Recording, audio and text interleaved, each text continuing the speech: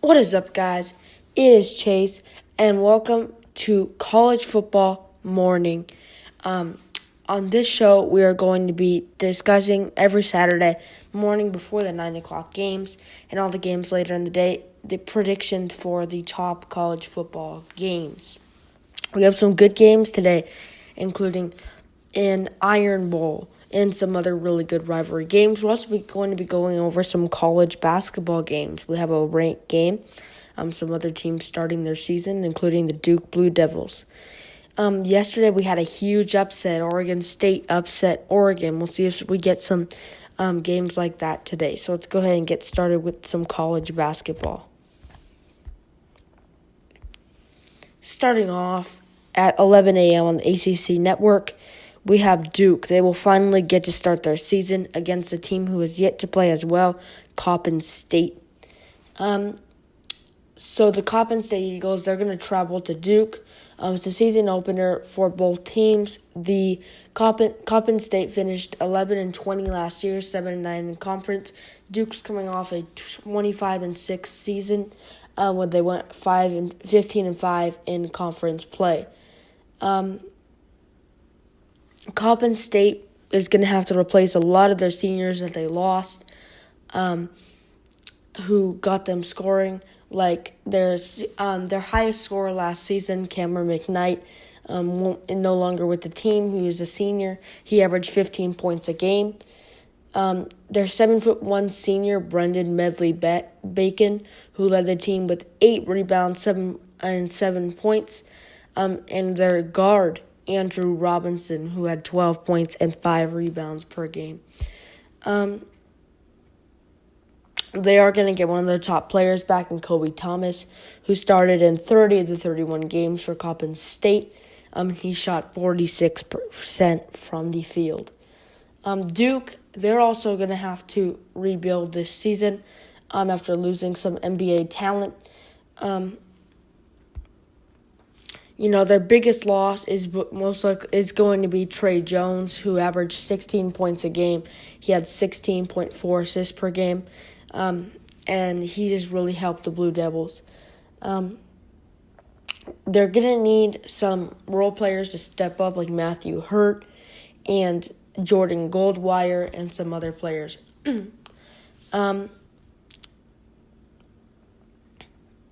Duke struggled defensively last season. They allowed 68 points per game. They were ranked 140th in scoring offense. But Duke, they're known when they lose players, they're able to rebuild and still compete. And I think there's going to be another Duke team that will compete and go pretty far in March Madness. First game of the season, Duke usually plays well in their first game of the season. They usually come out ready to play. I think they're going to win this game by a lot. I think the offense gets going. I think they show that they are the real deal today. I'm going to go with Duke by 30.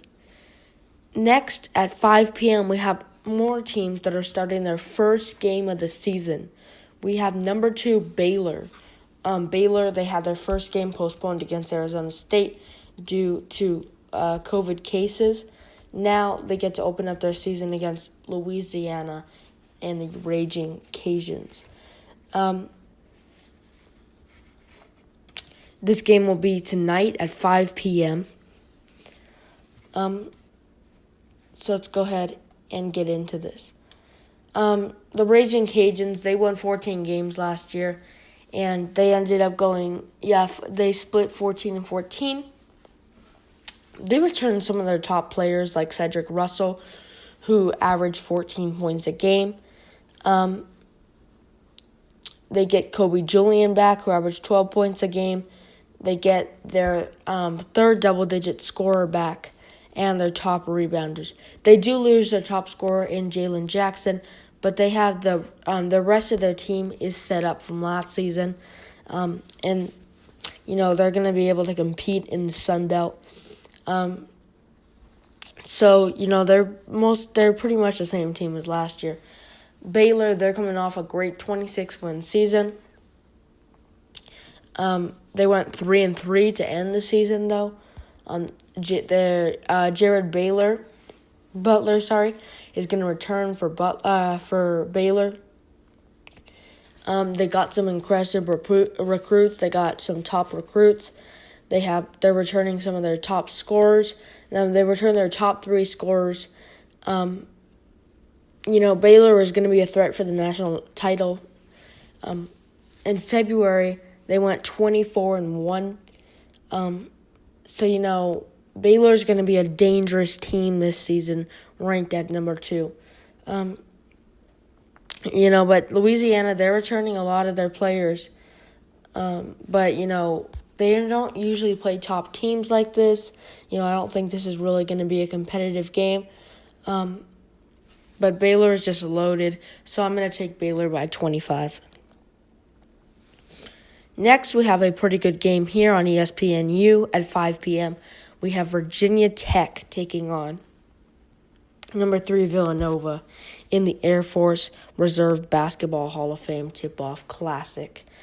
So Virginia Tech comes in this game 1-0, and Villanova comes in this game 2-0. So one of these teams is going to suffer their first loss of the season. Will it be Virginia Tech or Villanova? Villanova, they're a great team, ranked number 3.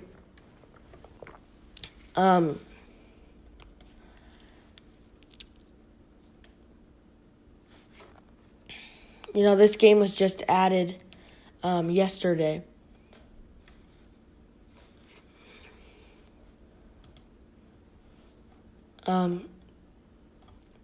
So for Virginia Tech, they're a young team. It's about as young as they were last season. They had a pretty good season last season. They were able to finish 16-16, expect them to finish somewhere around their last season, but they struggled in ACC play, going 7-13.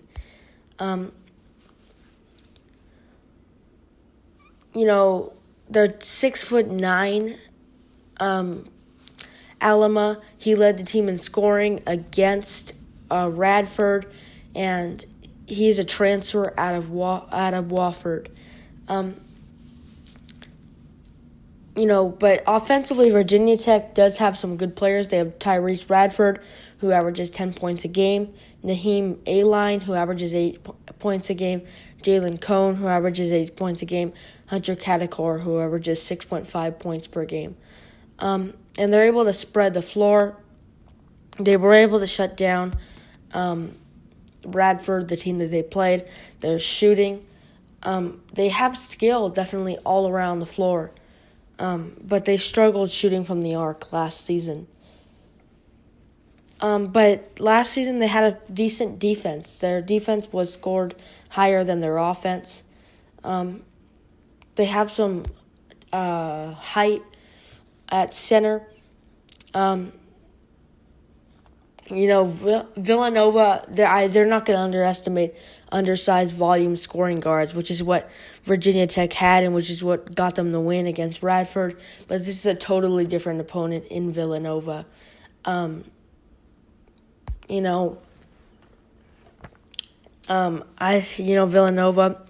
they're a lot better opponent than Radford. They're just a different opponent. But, I don't think that they're going to allow a center to get that many points. So I'm going to take Villanova. But this is going to be the game of the day.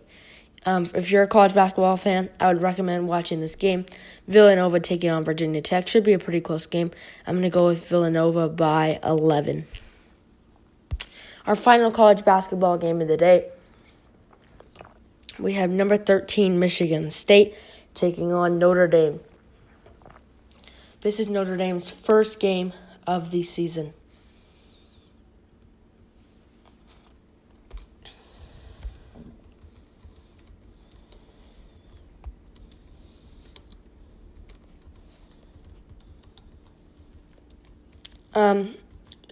It's always interesting to see how a team plays in their first game of the season.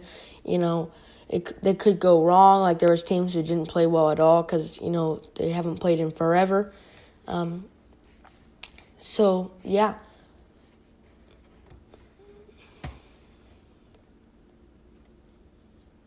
So Michigan State, they're coming off an 83-67 win on Wednesday. They defeated Eastern Michigan.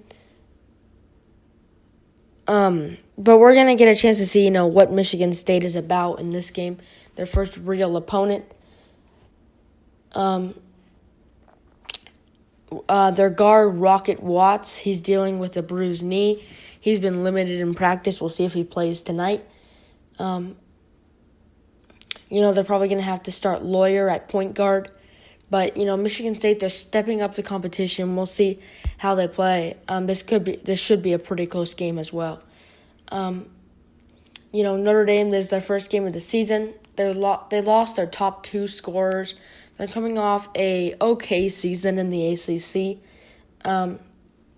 But they still have a lot of their top players that have been there for a while. They have their senior point guard, Piratais Hub, who averaged 12 points a game and 5 assists. And Notre Dame, they led the country in assist-to turnover ratio last season and the fewest fouls committed. Notre Dame, they're good at just not getting into foul trouble. That's really what I like about Notre Dame. But we'll see what Michigan State, they're probably going to have to go to a new point guard. We'll see how that plays out. Notre Dame in the past has struggled defending guards who can take away space from them, so that could be interesting.